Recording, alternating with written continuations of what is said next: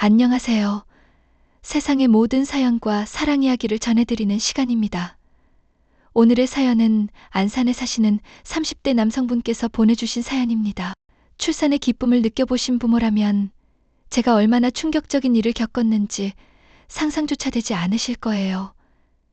1년 전 아내가 임신을 했다는 사실을 알게 되었을 때 저희 집은 경사가 났다며 집안의 어르신부터 시작해서 모든 친인척들이 축하를 해줄 정도로 너무나 기다리던 축복이 찾아왔습니다. 처음에는 믿기지 않아 테스트기를 몇 번씩이나 해보았을 정도로 아내와 저는 어안이 벙벙했었고, 그 후 초음파로 확실하게 아이가 생겼다는 사실을 알게 되었을 때의 기쁨은 정말 잊을 수 없는 순간이었습니다. 아내가 원래도 다난성 난소 증후군을 앓고 있어서 배란이 정말 불규칙했었고, 병원에서도 산모가 젊지만 생각보다 임신을 하기 어려울 것이라는 이야기를 했었기에 너무나도 축복스러운 임신 소식이었습니다. 저는 아내가 혹시라도 몸에 무리가 갈까봐 다니던 직장도 휴직을 하라고 하였고, 그 누구보다 열심히 일하며 아내를 보필하 했습니다. 아내와 저는 아이의 태명을 축복이라고 지었고, 저희는 축복이가 세상 바깥으로 나올 날만 기다리며 하루하루를 보내고 있었죠.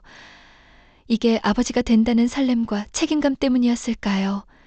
저는 평일에는 거의 매일 야근을 신청해서 초과 근무를 하며 돈을 벌었고, 월급날이면 태어날 축복이를 생각하며 하나둘씩 육아용품을 사곤 했습니다. 업무량이 거의 2배로 늘어나다 보니 몸은 정말 고됐지만 얼굴에서는 웃음이 끊이지 않았습니다. 이렇게 힘들지만 행복한 하루하루를 보내다 보니 어느새 축복이가 세상에 나올 출산 예정일이 가까워졌습니다.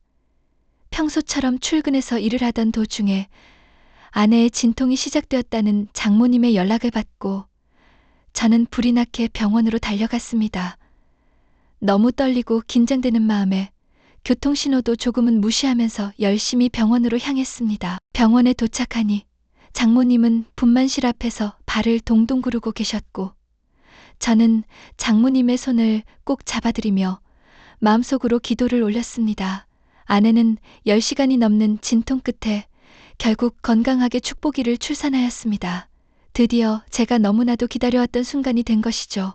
저는 축복이의 탯줄을 직접 잘랐고 고생한 아내를 쓰다듬어주며 기쁨의 눈물을 펑펑 흘렸습니다. 축복이는 갓 태어나서 그런지 몸이 울긋불긋하고 생김새가 조금 눈에 띌 정도로 달랐지만 세상에 하나뿐인 제 자식의 생김새는 저에게 중요하지 않았습니다. 그냥 그 존재 자체만으로도 사랑스러운 아기 천사 같았죠. 그런데 이때 간호사의 한마디가 제 가슴을 철렁하게 만들었습니다. 아내를 쓰다듬어주면서 손을 꼭 잡아주고 있는데 간호사가 놀라는 소리를 듣게 되었고, 저는 혹시라도 축복이에게 무슨 일이 생겼는지 싶어서 간호사에게 물었습니다. 그러니 간호사는 축복이의 피부색이 굉장히 진해서 그랬다고 말하더군요. 저는 갓 태어나서 그런 게 아니냐고 묻자 저보고 직접 와서 다시 축복이를 보라고 하더군요. 제 눈으로 보았을 때에도 축복이는 확실히 피부가 저와 제 아내와는 다르게 꽤나 진한 커피색에 가까웠습니다. 그리고 더 눈에 띄는 것은 피부색뿐만 아니라 갓 태어난 신생아인데도 심한 곱슬머리와 아주 도톰한 입술을 갖고 있어서 흡사하긴 아기 같았습니다. 저는 순간 망치로 한 대 맞은 것처럼 머리가 멍해졌죠. 일단 남편분은 다시 나가 계셔야 한다는 말에 저는 바깥으로 나왔고, 저를 마주하신 양가 부모님들은 왜 이렇게 표정이 좋지 않냐면서 물어보셨습니다. 저는 일단 아이는 건강하게 태어났으니 걱정하지 마시라고 안심시켜드리고 저는 아내의 병실로 향하였습니다. 곧이어 장인어른과 장모님이 들어오셨고, 시간이 지나 깨끗하게 목욕을 마친 축복이를 마주하는 시간이 되었습니다. 아까보다 훨씬 더 명확하게 축복이의 피부 색깔이 진한 커피색인 것을 확인할 수 있었고, 양가 부모님들 모두 축복이를 보자마자 그 자리에서 얼어붙고 말았습니다. 정말 누가 봐도 제 자식이 아닌 흑인과의 관계에서 태어난 자식임을 알아볼 수 있었습니다. 정말 이 냉랭한 분위기를 어떻게 설명해야 할까요?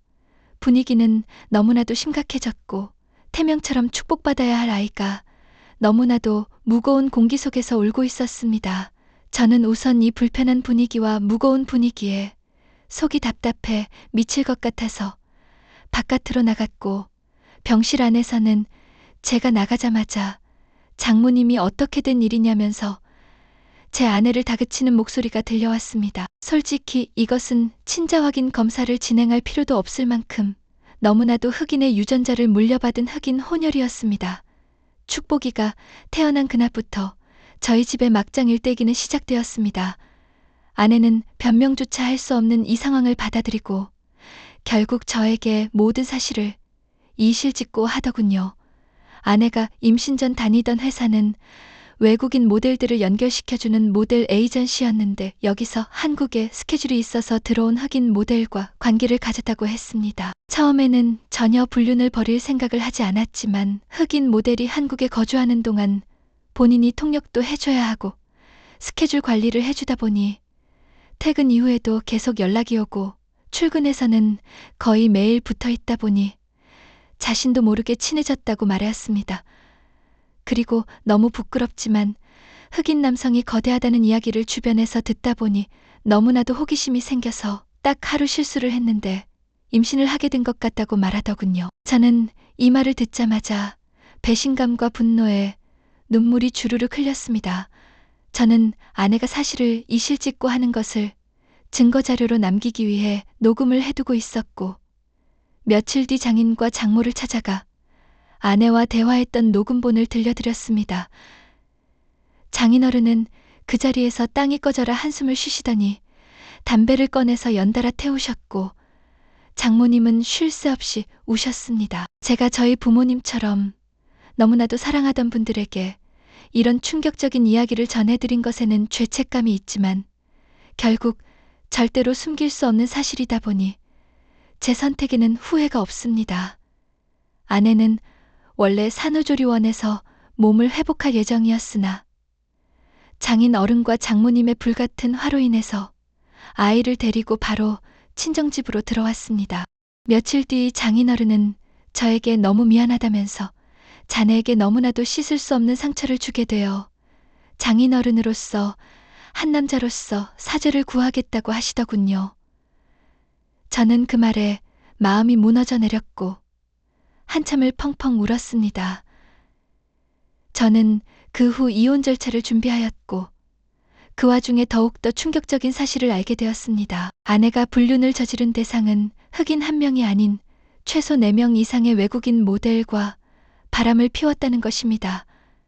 아내가 육아휴직이 아니라 퇴사 신청을 하게 된 이후에 아내의 직장에는 흑인 모델의 아이를 낳았다는 소식이 일파만파로 퍼졌고, 그 회사의 동료 중 한 명이 양심 고백을 할 것이 있다며 저를 찾아왔습니다. 실은 본인이 아내의 불륜 행각을 전부 알고 있었다는 것입니다.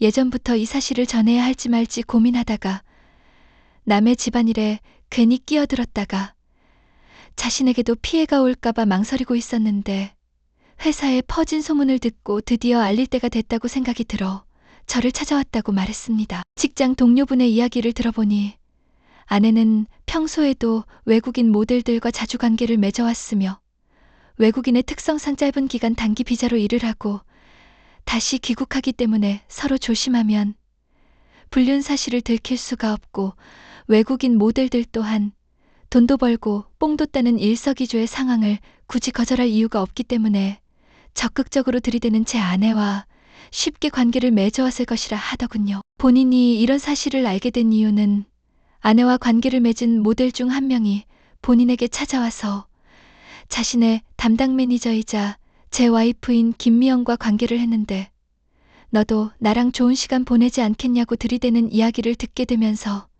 이 사실을 알게 되었다고 합니다.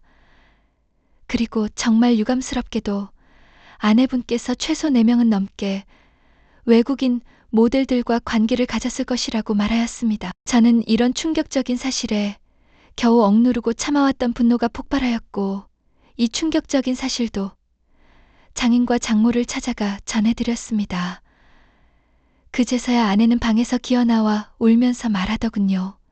저를 사랑하는 마음은 절대 거짓이 아니었지만 다만 외국인 모델이라는 외형적인 부분과 느낌에 이끌려 여러 번 실수를 했을 뿐이라고요. 저는 실수라는 단어를 쓰는 아내를 당장 혼쭐 내주고 싶었지만 그럴 가치도 없는 인간이라는 생각이 들어 그 뒤로 문을 박차고 나왔습니다. 저는 아내 외에도 아내와 관계를 맺은 외국인을 상대로 위자료 청구가 가능한지 상담하였고, 한국에 다시 체류하고 있는 외국인이라면 가능할 것이라는 답변을 받았습니다.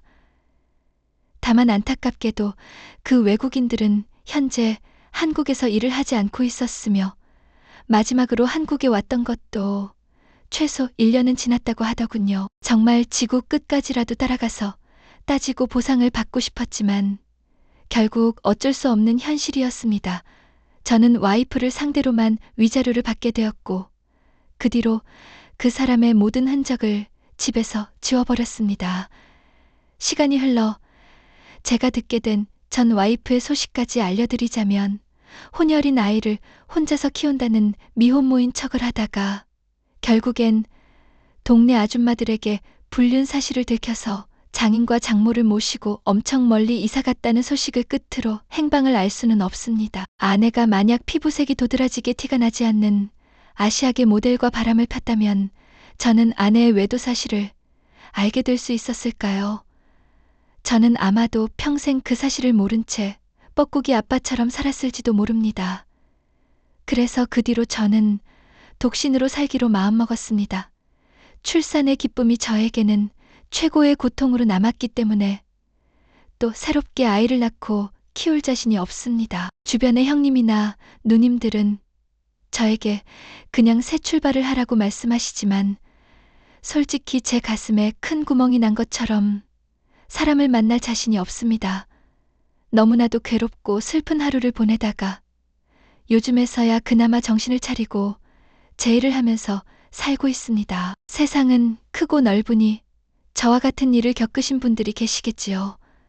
저도 누구를 위로할 처지는 아니지만 그래도 조금이라도 힘을 내고 살아보려고 합니다. 오늘의 안타까운 사연 어떠셨나요? 사연자 분을 위해 따뜻한 댓글 부탁드립니다. 누구든지 마음속에 답답한 사연을 나누고 싶거나 고민거리가 있으시다면 위에 이메일로 제보 부탁드립니다. 감사합니다.